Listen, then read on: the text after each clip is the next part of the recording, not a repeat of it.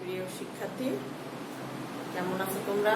আশা করি ভালো আছো আর আমাদের ক্লাসগুলা নিয়মিত করছো। তো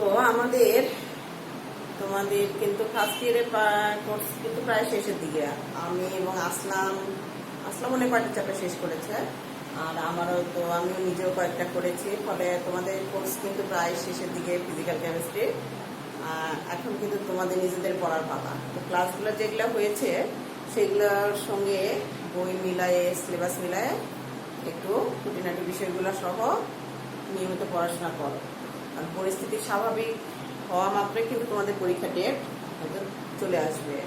তো সেই জন্য আর সময় নষ্ট করার মতো ঠিক হবে না। হ্যাঁ, তো আমরা তোমাদের আমি মনে হয় আমি গত ক্লাসে পড়াইছিলাম তোমাদের কি যেন ওটা কলিগেটিভ প্রপার্টিস, তাই না? কলিগেটিভ প্রপার্টিস এর মধ্যে 4টা যে কলিগেটিভ প্রপার্টিস ছিল তার মধ্যে আমরা গত ক্লাসে বাষ্পচাপের আপেক্ষিক যে অবনমন অর্থাৎ বাষ্পচাপ অবনমন যে ঘটে দ্রাবকের মধ্যে দ্রব যোগ করলে সেই বাষ্পচাপের অবনমন সম্পর্কিত রাউলস ল করেছিলাম। এবং সেদিন কিন্তু আমরা আলোচনা করেছিলাম যে বাষ্পচাপের দ্রাবকের মধ্যে দ্রবযোগ করলে যে বাষ্পচাপের অবনমন ঘটে এই কলিগেটিভ প্রপার্টিসটা কিন্তু মৌলিক, অর্থাৎ এটার উপরই বাকি 3টা বৈশিষ্ট্য ডিপেন্ড করে। তো আজকে আমরা তোমাদের 2 নাম্বার কলিগেটিভ প্রপার্টি ছিল স্ফুটনাঙ্ক উন্নয়ন সম্পর্কিত, তাই না? যে দ্রাবকের মধ্যে দ্রবযোগ করলে দ্রবণের স্ফুটনাঙ্কের উন্নয়ন ঘটে। তাহলে 2 নাম্বার পয়েন্টটা ছিল স্ফুটনাঙ্ক উন্নয়ন। তার আগে আমাদের জানা দরকার স্ফুটনাঙ্ক কাকে বলে। তো আমরা কিন্তু সচরাচর একটা সংজ্ঞা দিই, যে তাপমাত্রায় কোনো পদার্থ তরল পদার্থ ঘুরতে থাকে তাকে ওই তরলের স্ফুটনাঙ্ক বলে। কিন্তু এটা একদম সাধারণ কথা, তাই না? তো আমরা এইভাবে সংজ্ঞাটাকে বলতে পারি যে তাপমাত্রায় কোনো তরল পদার্থের উপরস্থিত বাষ্পীয় চাপ বায়ুমণ্ডলের চাপের সমান হয়, আর তখনই তরলটা ঘুরতে থাকে। সেই তাপমাত্রাকে আমরা বলি ওই দ্রবণের স্ফুটনাঙ্ক। তার মানে যে তাপমাত্রায় দ্রবণের উপরস্থিত বাষ্পীয় চাপ বায়ুমণ্ডলের চাপের সমান হয় তাকে আমরা বলি স্ফুটনাঙ্ক। তাহলে আজকে আমরা পড়ব স্ফুটনাঙ্ক কলিগেটিভ প্রপার্টিসের 2 নাম্বার স্ফুটনাঙ্ক উন্নয়ন বা elimination of vapour boiling point, স্ফুটনাঙ্ক উন্নয়ন। তো স্ফুটনাঙ্ক আমরা এখানে বেশ কয়েকভাবে আমরা এটা ব্যাখ্যা করতে পারি। তাহলে বিশুদ্ধ দ্রাবকের মধ্যে দ্রব যোগ করলে তার বাষ্পীয় চাপের মান কমে যায়, তাই না? ফলে দ্রাবক যে তাপমাত্রায় স্ফুটনাঙ্কের মানে দ্রাবক যে তাপমাত্রায় তার বায়ুমণ্ডলের চাপের সমান তাহলে পদার্থের উপস্থিত চাপ হয়, দ্রবণ কিন্তু তার চেয়ে বেশি তাপমাত্রায় ঘটে। এর কারণ আমরা ব্যাখ্যা করতে পারি। তাহলে এখানে তোমাদের একটা প্রশ্ন হতে পারে, লেখচিত্রের সাহায্যে স্ফুটনাঙ্ক উন্নয়ন ব্যাখ্যা কর। অথবা প্রশ্নটা এভাবে করা হয় যে বিশুদ্ধ দ্রাবক অপেক্ষা দ্রবণের স্ফুটনাঙ্ক বেশি। অথবা বলতে পারো যে বিশুদ্ধ দ্রাবকের মধ্যে দ্রব যোগ করলে তার স্ফুটনাঙ্কের উন্নয়ন ঘটে, লেখচিত্রের সাহায্যে ব্যাখ্যা করো। তাহলে আমরা প্রথমেই আসি যে স্ফুটনাঙ্কের সংজ্ঞাটা দেব। তাহলে আমরা যখন বিশুদ্ধ দ্রাবকের মধ্যে অনুদ্বায়ী এবং অতড়িৎ বিশ্লেষ্য দ্রব যোগ করছি, তখন আমরা গত ক্লাসে পড়ছি যে দ্রাবকের মধ্যে দ্রব যোগ করলে দ্রবণের বাষ্পচাপের অবনমন ঘটে, অর্থাৎ বাষ্পচাপ কমে যায়।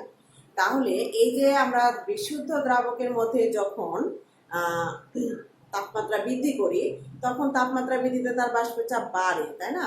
কিন্তু যখন আমরা দ্রব যোগ করলাম তখন সে দ্রবণ হয়ে গেল, আর দ্রবণ হলে তার বাষ্পীয় চাপের মানটা কিন্তু আগের চেয়ে নিচে নেমে আসলো। এখন এই নিচে নেমে আসার কারণে তাকে যখন তুমি ফুটাইতে যাবা তখন এই দ্রবণের উপরস্থিত বাষ্পীয় চাপ বায়ুমণ্ডল চাপের সমান হইতে গেলে কি হবে, তাকে অনেক একটু বেশি তাপমাত্রা দিতে হয়। তাহলে দ্রাবক অপেক্ষা, যেহেতু দ্রাবকের মধ্যে বিশুদ্ধ দ্রাবকের মধ্যে দ্রব যোগ করলে তার বাষ্পচাপ কমে যাচ্ছে, ফলে দ্রবণকে ফুটাইতে হলে বেশি তাপমাত্রার প্রয়োজন। আর এইটা আমরা লেখচিত্রের সাহায্যে যদি ব্যাখ্যা করি, তাহলে ধরো এক্ষেত্রে আমরা নিলাম পি, বাষ্পীয় চাপ, ভেপার প্রেসার, হ্যাঁ, বাষ্পীয় চাপ। আর এই পাশে নিলাম আমরা তাপমাত্রা, তাপমাত্রা কি। এখন দেখো যে আমরা যখন দ্রাবকের মধ্যে দ্রব যোগ করছি, প্রথমে আমরা আসি বিশুদ্ধ দ্রাবক। তো বিশুদ্ধ অবস্থায় যখন থাকে তখন এখানে আমরা এটা বায়ুমণ্ডলীয়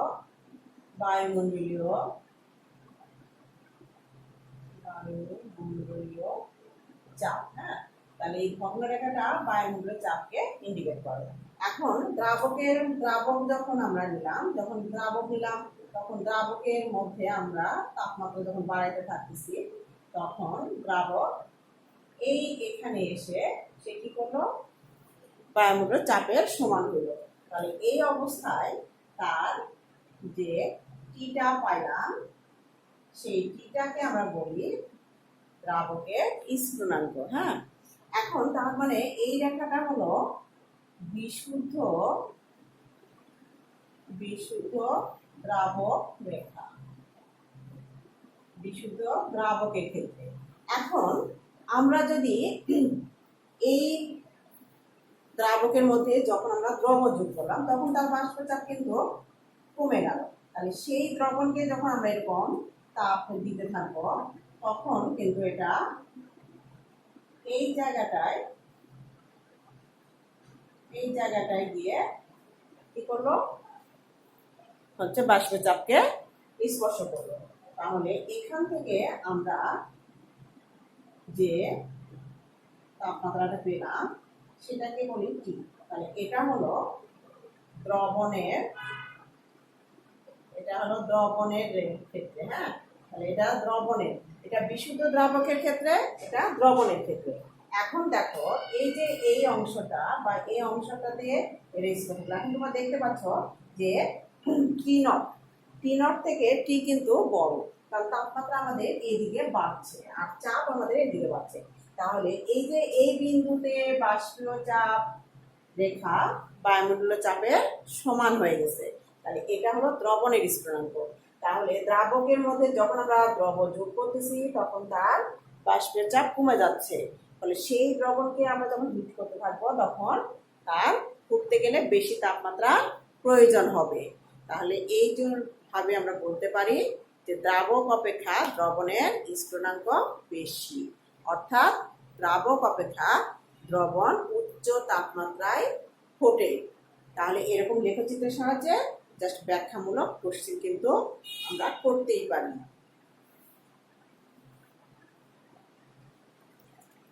তাহলে এখানে আমরা এই কোশ্চেনটা ধরো যখন আমাদের ব্যাখ্যামূলক আসলো, তখন একভাবে একটা ব্যাখ্যা করলাম আমরা, এ এটাকে দি, বি এটা হলো সি, সেরকম এখানে আমরা এটা দিই ডি, ই আর এ, ঠিক আছে। আর এখানে নতুন একটা এখানে কাট করছে, এটা একটা দিলাম জি। তাহলে এখান থেকে আমরা লেখচিত্রের সাথে এটা ব্যাখ্যা করলাম। আরেকটা কোশ্চেন আমরা করতে পারি যে এই যে লেখচিত্র পাইলাম, এই লেখচিত্রের সাহায্যে কিন্তু আমরা স্ফুটনাঙ্ক উন্নয়নের সঙ্গে দ্রবের আণবিক ভরের একটা সম্পর্ক আমরা বের করতে পারি। অর্থাৎ এই স্ফুটনাঙ্ক এখান থেকে আমরা দেখতে পাচ্ছি যে দ্রবণের স্ফুটনাঙ্কে যে উন্নয়ন ঘটছে, সেই স্ফুটনাঙ্ক উন্নয়নের সঙ্গে আমরা দ্রবের আণবিক ভরের একটা সম্পর্ক কিন্তু বের করতে পারি। তাহলে সেটা কি? তাহলে প্রশ্ন কিন্তু এরকম হতে পারে যে লেখচিত্রের সাহায্যে স্ফুটনাঙ্ক উন্নয়নের সাথে দ্রবের আণবিক ভরের সম্পর্ক দেখাও। তাহলে ব্যাখ্যাগুলো তো থাকবেই, সঙ্গে আমাদের এখান থেকে আরো কিছু কথাবার্তা চলে আসবে। তাহলে দেখো এই জায়গায় যে বাষ্পীয় চাপ, সেটাকে আমরা পি নট বলি, কারণ দ্রাবকের বাষ্পীয় চাপ, তাই না? আর এই জায়গায় যে বাষ্পীয় চাপটা পেয়েছি সেটা হলো পি। তো আমরা গত ক্লাসে তাহলে এখানে দেখো যে এই যে বি থেকে দেখা যাচ্ছে না, এটা হলো দ্রাবক রেখা। হ্যাঁ,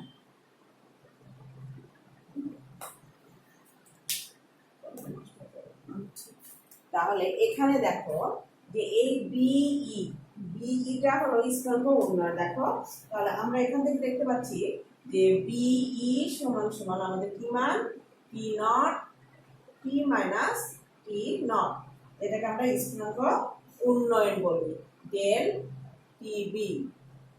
হ্যাঁ, বয়লিং পয়েন্ট অর্থাৎ স্থানাঙ্ক উন্নয়ন।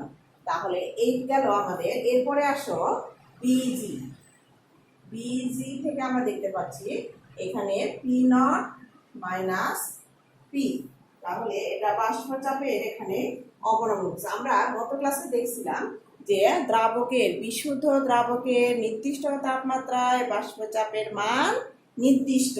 তাহলে পি নট একটা স্থির সংখ্যা যদি হয় তাহলে আমরা এইখানে এটা বের করতে পারি, বিজি ইকুয়াল এটা proportional P naught by P. তাহলে পি নটটা হলো আমাদের যেহেতু স্থির সংখ্যা, তাহলে আমরা বলতে পারি BG proportional P naught minus P by PT, P naught. তাহলে এটা আমরা পাইলাম হচ্ছে T0 টেম্পারেচারে, অর্থাৎ দ্রাবকের স্ফুটনাঙ্কে। এখন দেখো যে আমরা এখান থেকে দেখতে পাচ্ছি যে এই কার্ভটা কিন্তু সমান্তরাল। তাহলে সেই সমান্তরাল হওয়ার কারণে কিন্তু আমরা বলতে পারি যে BE by BG, BE by BG proportional constant. তাহলে সেটা যদি হয় তাহলে আমরা এখান থেকে বলতে পারি বিই প্রপোর্শনাল পিজি। এখন বি এর মান হলো আমাদের কি, ডেল টিবি প্রপোর্শনাল, তাহলে পিজির মান হলো P naught minus P by P naught. এখন তোমরা জানো যে আমাদের এই যে P naught minus P by P naught, এটা কিন্তু আমরা পড়ছিলাম যে রাউন্ডের সূত্রে বাষ্পচাপ অবনমনের ক্ষেত্রে, যে বাষ্পচাপের যে আপেক্ষিক অবনমন, এই মানটা কিন্তু আপেক্ষিক অবনমন। এই মানটা কিন্তু দ্রাবকের মোল ভগ্নাংশের কি ছিল, সমান ছিল। তাহলে এখান থেকে আমরা যদি আসি তাহলে আমাদের ইকুয়েশনটা একটু চেঞ্জ করে দেই, দেখো কেমন হয়। আর একটু সামনে যাই আমরা যদি ইকুয়েশনটা, তাহলে আমরা এখান থেকে পাইলাম ডেল টিবি ইকুয়াল কেবি, একটা কনস্ট্যান্ট রাশি, into P naught minus P by P naught, তাই না? এখন আমরা গত ক্লাসে পেয়েছিলাম P naught minus P by P naught equal x2, দ্রবের মোল ভগ্নাংশের সমান। তাহলে del TB equal KB into x2, আর x2 সমান সমান আমরা গত ক্লাসে পেয়েছিলাম এটা সমান সমান KB into n1 n2 by n, অর্থাৎ দ্রবের মোল সংখ্যা ডিভাইডেড বাই মোল সংখ্যা। তো লঘু দ্রবণের ক্ষেত্রে আমরা বলছিলাম যে লঘু দ্রবণের ক্ষেত্রে আবার আমরা বলছিলাম n1 প্লাস n2 প্রায় ইকুয়াল n1, তাই না? তাহলে এই ইকুয়েশনটা দ্বারা ডেল টিবি সমান সমান KB into n2 by n1। তাহলে তাই যদি হয় তাহলে n1 আর n2 মান কিন্তু আমরা জানি যে KB into w2 by m2 divided by w1 by m1। তাহলে এখান থেকে আমরা দেখো ডেল টিবি সমান সমান পেয়ে গেলাম, তাই না? তাহলে এখান থেকে আমরা দ্রবের আণবিক ভর বলো আরেকটা লাইন যদি আমরা লিখি তাহলে আমাদের দাঁড়ায় ডেল টিবি সমান সমান KB into w1 m w2 m1 divided by w2 w1 m2। তাহলে এখান থেকে দেখো স্ফুটনাঙ্ক উন্নয়নের সঙ্গে দ্রবের আণবিক ভরের সম্পর্ক নির্ণয় করা যায়।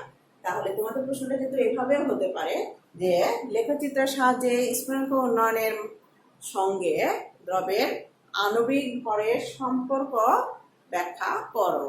তাহলে কিন্তু লেখচিত্র দিয়েই ব্যাখ্যা করতে হবে। অথবা কোশ্চেনটা এইভাবেও হতে পারে যে বিশুদ্ধ দ্রাবক অপেক্ষা দ্রবণ উচ্চতর তাপমাত্রায় ফুটে লেখচিত্রের সাহায্যে ব্যাখ্যা করো। তাহলে আমাদের কোশ্চেন কিন্তু এখান থেকে আমরা দুইভাবে করতে পারি। তাহলে এরপর আসো স্ফুটনাঙ্ক উন্নয়নের রাউল্টস ল। তাহলে স্ফুটনাঙ্ক উন্নয়নের রাউল্টের সূত্রগুলো নিয়ে আমরা এখন একটু আলোচনা করি। স্ফুটনাঙ্ক উন্নয়নের রাউল্টের সূত্র। তাহলে স্ফুটনাঙ্ক উন্নয়নের রাউল্টের দুটা সূত্র আমাদের এখানে আলোচনায় আসবে, মানে দুটা সূত্র আছে। স্ফুটনাঙ্ক উন্নয়নের রাউল্টের সূত্রে আমাদের দুইটা সূত্র আছে। প্রথম সূত্রটা হলো যে যে কোনো দ্রবণের দ্রবণে মানে বিশুদ্ধ দ্রাবকের মধ্যে দ্রব যোগ করলে যে স্ফুটনাঙ্ক উন্নয়ন ঘটে তা দ্রবণের মোলালিটির সমানুপাতিক। দ্রবণের মোলালিটির সমানুপাতিক। আমরা ডেল টিবি কে বলছিলাম স্ফুটনাঙ্ক উন্নয়ন। স্ফুটনাঙ্ক উন্নয়ন, স্ফুটনাঙ্ক উন্নয়ন। আর আমি বললাম মোলালিটি। মোলালিটিকে আমরা সিএম বা স্মল এম দিয়ে প্রকাশ করি। এটা হলো দ্রবণের মোলালিটি। তোমাদের মনে আছে মোলালিটি হলো 1 কেজি বা 1000 গ্রাম দ্রাবকে যত মোল দ্রবীভূত থাকে সেটা হলো ওই দ্রবণের মোলালিটি। তাহলে এটা হলো দ্রবণের সিএম হলো দ্রবণের মোলালিটি। তাহলে আমরা কি করলাম যে দ্রাবকের মধ্যে দ্রব যোগ করলে যে স্ফুটনাঙ্ক উন্নয়ন ঘটে তা মোলালিটির সমানুপাতিক। তাহলে দ্রবণের মোলাল ঘনমাত্রা মোলালিটির সমানুপাতিক, অর্থাৎ মোলাল ঘনমাত্রা। তাহলে এখান থেকে আমরা প্রথম সূত্র, এটা হলো আমাদের প্রথম সূত্র। তাহলে del TB equal KB into CM. তাহলে এখানে কেবির একটা পরিচয় আছে। কেবি হলো আমাদের মোলাল উন্নয়ন ধ্রুবক। মোলাল উন্নয়ন ধ্রুবক। আর এটার আরেকটা নাম আছে, এটাকে ইবলিস্কোপিক কনস্ট্যান্ট বলে। তাহলে এই মোলাল উন্নয়ন ধ্রুবক, এখন দেখো তোমাদের এখানে প্রশ্ন হতে পারে মোলাল উন্নয়ন ধ্রুবক কি। তাহলে সেখান থেকে আমরা যদি সিএম সমান সমান 1m ব্যবহার করি, দ্রবণের ঘনমাত্রা যদি আমরা 1 মোলাল দ্রবণ ব্যবহার করি তাহলে ডেল টিবি সমান সমান হবে কেবি। তাহলে এখান থেকে তুমি মোলাল উন্নয়নের একটা সংজ্ঞা কিন্তু বলতে পারো। তাহলে এখান থেকে মোলাল উন্নয়নের মোলাল উন্নয়ন কনস্ট্যান্টের যে সংজ্ঞাটা, তাহলে আমরা কি বলবো যে 1 মোলালিটির দ্রবণের ক্ষেত্রে যে স্ফুটনাঙ্ক উন্নয়ন ঘটে তাকে মোলাল উন্নয়ন কনস্ট্যান্ট বা ইবলিস্কোপিক কনস্ট্যান্ট বলে। তাহলে আমরা এখানে কেবি সংজ্ঞাটা বলতে পারি। এখন দেখো এখানে আমরা কেবি সম্পর্কে কিন্তু আরেকটা কেবির একক বের করতে পারি। কেবির একক যদি আমরা বের করতে চাই তাহলে দেখো এটা আমাদের সিএম। সিএম হলো মোলালিটি, আর মোলালিটি হলো মোলালিটির একক হলো মোল পার কেজি, কিন্তু মোল পার কেজি। তাহলে সিএম এর একক হলো মোল পার কেজি। তাহলে এখান থেকে কেবি সমান সমান যদি আমরা বের করি তাহলে এটা থাকে ডেল টিবি বাই সিএম, তাই না? তাহলে এখানে এর এককে তোমরা জানো যে টি হলো টেম্পারেচার, আমরা এককটা কেলভিন তাপমাত্রা ব্যবহার করি।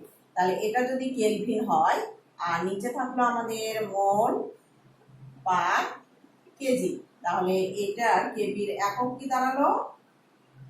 এর একক দাঁড়ালো কে পার কেজি, কেজি পার মোল। তাহলে কেলভিন কেজি পার মোল, এটা হলো আমাদের মোলাল উন্নয়ন ধ্রুবকের তোমাদের হচ্ছে একক। তাহলে এইটা গেল আমাদের প্রথম সূত্র। এখন দ্বিতীয় সূত্র হলো যে যদি আমরা একই ঘনমাত্রায় একই ঘনমাত্রার অর্থাৎ একই পরিমাণ দ্রাবকের মধ্যে যদি আমরা সম পরিমাণ বা সমমোল দ্রব যোগ করি, ভিন্ন ভিন্ন দ্রব, তাহলে প্রতি ক্ষেত্রে দ্রবণের স্থানাঙ্ক উন্নয়ন কিন্তু সমান হবে। কি বললাম, যে সম আয়তনের দ্রবণ মানে দ্রাবকের মধ্যে যদি আমরা সম পরিমাণ বা সমান সংখ্যক মোল বিভিন্ন দ্রব যোগ করি, তাহলে প্রতি ক্ষেত্রে তাদের স্থানাঙ্ক উন্নয়ন একই হবে। তার মানে দ্বিতীয় সূত্রটা, ধরো আমরা একটা এ দ্রব ব্যবহার করলাম, আর একটা বি দ্রব ব্যবহার করলাম, আর একটা সি দ্রব ব্যবহার করলাম, প্রত্যেক ক্ষেত্রে এদের মোলালিটি সেম যদি হয়, তাহলে ডেল টিবি এ দ্রবণের জন্য যা হবে, ডেল টিবি বি দ্রবণের জন্য তাই হবে, আবার ডেল টিবি সি দ্রবণের জন্য তাই হবে। তাহলে এটা হলো আমাদের স্পন্দনের দ্বিতীয় সূত্র। তাহলে আমরা দুইটা সূত্র পেলাম, একটা হলো ডেল টিবি প্রপোর্শনাল সিএম, আর একটা হলো ভিন্ন ভিন্ন দ্রবের একই ঘনমাত্রা দ্রবণ যদি হয়, তাহলে একই দ্রাবকের মধ্যে ভিন্ন ভিন্ন দ্রবের সমান পরিমাণ সমমোল যোগ করলে তাদের যে স্পন্দন উন্নয়ন হবে তা প্রতি ক্ষেত্রে সমান হবে। এটা হলো আমাদের স্পন্দন উন্নয়নের দ্বিতীয় সূত্র। তাহলে এই গেল আমাদের স্পন্দন উন্নয়ন সম্পর্কিত রাউল্টের সূত্রাবলী। তাহলে এই রাউল্টের সূত্রাবলী মানে রাউল্টের সূত্র থেকেও কিন্তু আমরা রাউল্টস ল থেকেও রাউল্টের সূত্র হতে দ্রবের আণবিক ভর নির্ণয় করা যায়।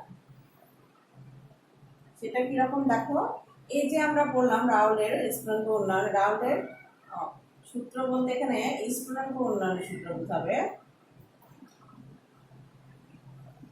স্ফুটনাঙ্ক উন্নয়নের সূত্র হবে দ্রবের আণবিক ভর নির্ণয়। তাহলে আমরা পেলাম রাউলের প্রথম সূত্র ডেল টিবি সমানুপাতিক সিএম। তাহলে ডেল টিবি ইকুয়াল কেবি সিএম, তাই না? এখন সিএম হলো আমাদের মোলালিটি। তাহলে মোলালিটি সমান সমান কি? মোলালিটি হলো দ্রবের গৃহীত ভর আর দ্রবের মোল সংখ্যা ইনটু 1000 বাই W1। তাহলে তোমরা তো জানো W2 হলো দ্রবের গৃহীত ভর, N2 হলো দ্রবের আণবিক ভর, W1 হলো দ্রাবকের ভর। তাহলে সেখান থেকে যদি আমরা এই সূত্রে আসি, তাহলে del TB equal KB into W2 M2 into 1000 by W1। তাহলে এখান থেকে যদি আমি M2 বের করতে চাই, M2 ইকুয়াল কি হবে? M2 ইকুয়াল দাঁড়াবে আমাদের KB W2 1000 divided by del TB W1। তাহলে এই রিলেশনটাকে আমরা কাজে লাগায়ে দ্রবের আণবিক ভর বের করতে পারি।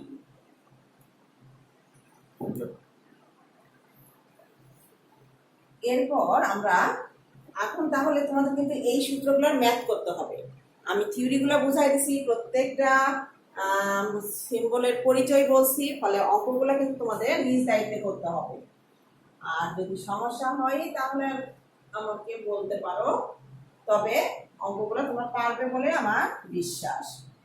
তাহলে স্ফুটনাঙ্ক উন্নয়ন সম্পর্কিত যে সমীকরণগুলো আমরা পেয়েছি তার অঙ্কগুলো তোমাদের গাণিতিক সমস্যা কিন্তু তোমাদের করতে হবে। এরপর আসো স্ফুটনাঙ্ক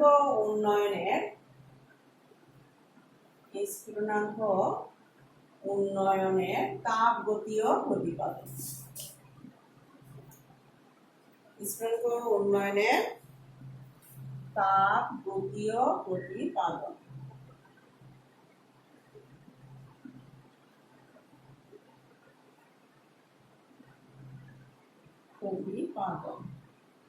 তো এখন দেখো আমরা এর জন্য যে সমীকরণটা হেল্প নিব সেটা হলো ক্লসিয়াস ক্লাপিরন সমীকরণ, আর এটা হচ্ছে দ্রবণের ক্ষেত্রে ক্লসিয়াস ক্লাপিরন সমীকরণ। এটা হলো বিজ্ঞানী ভ্যান ড্রপ দ্রবণের ক্ষেত্রে প্রথম প্রয়োগ করেন। সেই সমীকরণের সাহায্যে আমরা এটাকে তোমার হচ্ছে তাপগতিকভাবে প্রতিপাদন করতে পারি। D ln P by DT equal del H V del H V by R square. এই সমীকরণের সাহায্যে আমরা হচ্ছে এখানে ভ্যান ড্রপের সমীকরণ করব। এই ভ্যান ড্রপের এই সমীকরণটার সাহায্যে মানে ক্লসিয়াস ক্লাপিরন সমীকরণ, এটা বিজ্ঞানী ভ্যান ড্রপ দ্রবণের ক্ষেত্রে প্রথম প্রয়োগ করেন। ফলে এটা এই সমীকরণের সাহায্যে আমরা স্পিগনের সমীকরণের তাপগতীয় প্রতিপাদন করব। তো এখানে ডেল এইচ ভি এটা হলো বাষ্পীকরণ এনথালপি। হ্যাঁ, এটা এক মোল দ্রাবকের বাষ্পীকরণ এনথালপি। তো এখানে আমরা দেখো এই সমীকরণটাকে তোমরা যে জানো পি নট হলো দ্রাবকের ক্ষেত্রে, তখন স্ফুটনাঙ্ক উন্নয়ন হলো টি নট। আবার যখন আমাদের দ্রাবকের বাষ্পচাপ পি তখন স্ফুটনাঙ্ক কিন্তু টি। তাহলে এই সমীকরণটাকে যদি আমরা সমাকলন করতে চাই তাহলে দেখো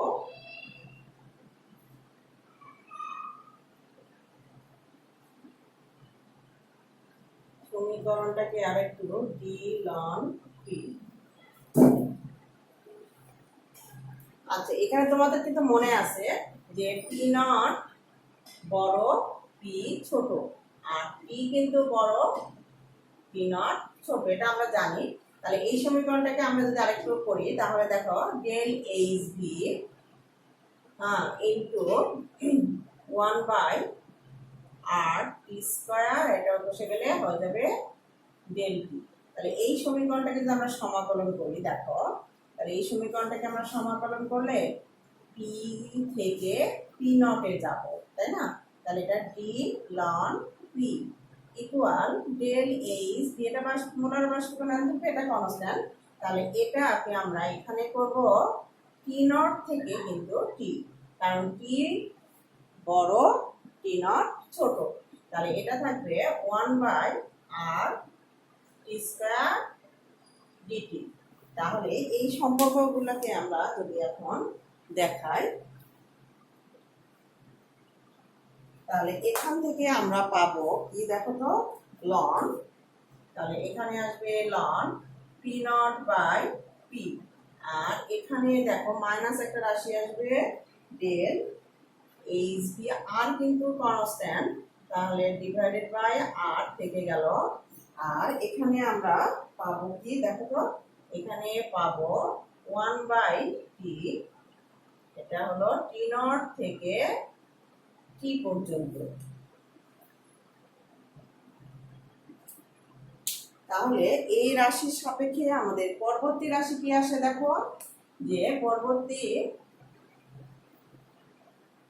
রাশিটা আমাদের কি আসে, তাহলে আমরা পেলাম ln P naught by P equal, আমাদের ইকুয়েশনটা দাঁড়ালো minus del H V by R into 1 by T minus 1 by T naught. এই সমীকরণের উভয় পাশে যদি আমি একটু রদ বদল করি তাহলে লন of P by P naught equal minus del H V by R into 1 by T naught minus 1 by T. তাহলে আমাদের এই সম্পর্কটা থেকে আমরা এখানে পাই del H V by R into T minus T naught divided by T into T naught. এখন তোমরা জানো এইটুকুর পরিবর্তে আমরা কি লিখতে পারি, del H V by R, এইটুকুর পরিবর্তে আমরা লিখতে পারি ডেল টিভি। আর তোমরা জানো যে টি নট এবং টির মান খুবই কাছাকাছি। তাহলে এই টি নট এবং টি কে আমরা প্রায় ইকুয়াল করতে পারি টি নট স্কয়ার। তাহলে এখানে কিন্তু এইটুকুর পরিবর্তে আমি লিখতে পারি টি নট স্কয়ার। তাহলে আমার এই পাশে থাকলো ln P by P naught equal এটা। তাহলে এখন দেখো যে আমরা এই সমীকরণটা পেলাম এইরকম। এখন দেখো আমরা করে আসছিলাম পি বাই পি নট সমান কিন্তু ছিল x1। তাহলে আমি এখানে লিখতে পারি ln x1 equal minus del H B by R T naught square into del TB. তাহলে এটা সমান সমান দেখো এটা সমান সমান আবার কি হয় 1 মাইনাস x2 লেখা যায়। কারণ তোমরা জানো যে দুটো উপাদানের মূল ভগ্নাংশের যোগফল কত হয় 1। তাহলে আমি x1 এর পরিবর্তে 1 মাইনাস x2 লিখতে পারি। এবং আমরা কিন্তু আরেকটা জিনিস জানি যে যেহেতু 1 এর চেয়ে x2 এর মান অনেক নগণ্য, তাই সেক্ষেত্রে কিন্তু আমরা ডেল টিবি দেখো যেহেতু ln 1 is more greater than x2, তাহলে 1 মাইনাস x2 প্রায় ইকুয়াল কি লেখা যাবে, প্রায় ইকুয়াল লেখা যাবে মাইনাস x2। তাহলে এইটুকুর পরিবর্তে যদি আমি মাইনাস x2 লিখি তাহলে আমার ইকুয়েশনটা কি দাঁড়ায় minus x2 minus del hb by R T naught square into del TB. তাহলে উভয় পক্ষ থেকে মাইনাস ক্যান্সেল হয়ে গেল। তাহলে আমার ইকুয়েশনটা কি চলে আসলো দেখো, উভয় পক্ষ থেকে মাইনাস ক্যান্সেল করে ফেললাম। তাহলে আমার লাস্ট ইকুয়েশনটা থাকলো আমাদের এরকম x2 equal del hb by rt not square into del tb। অতএব del tb সমান সমান কি দাঁড়াবে, তাহলে del tb সমান সমান দাঁড়াবে x2 r2 not square by del hb।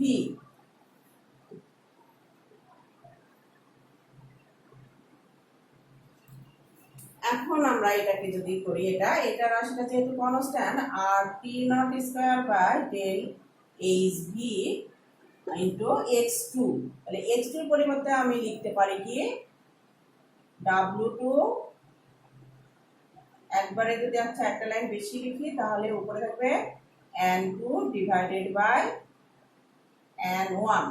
তাহলে এখানে দাঁড়াবে r2 naught square by del H V into উপরে থাকবে w2 বাই m2, নিচে থাকবে w1 বাই m1।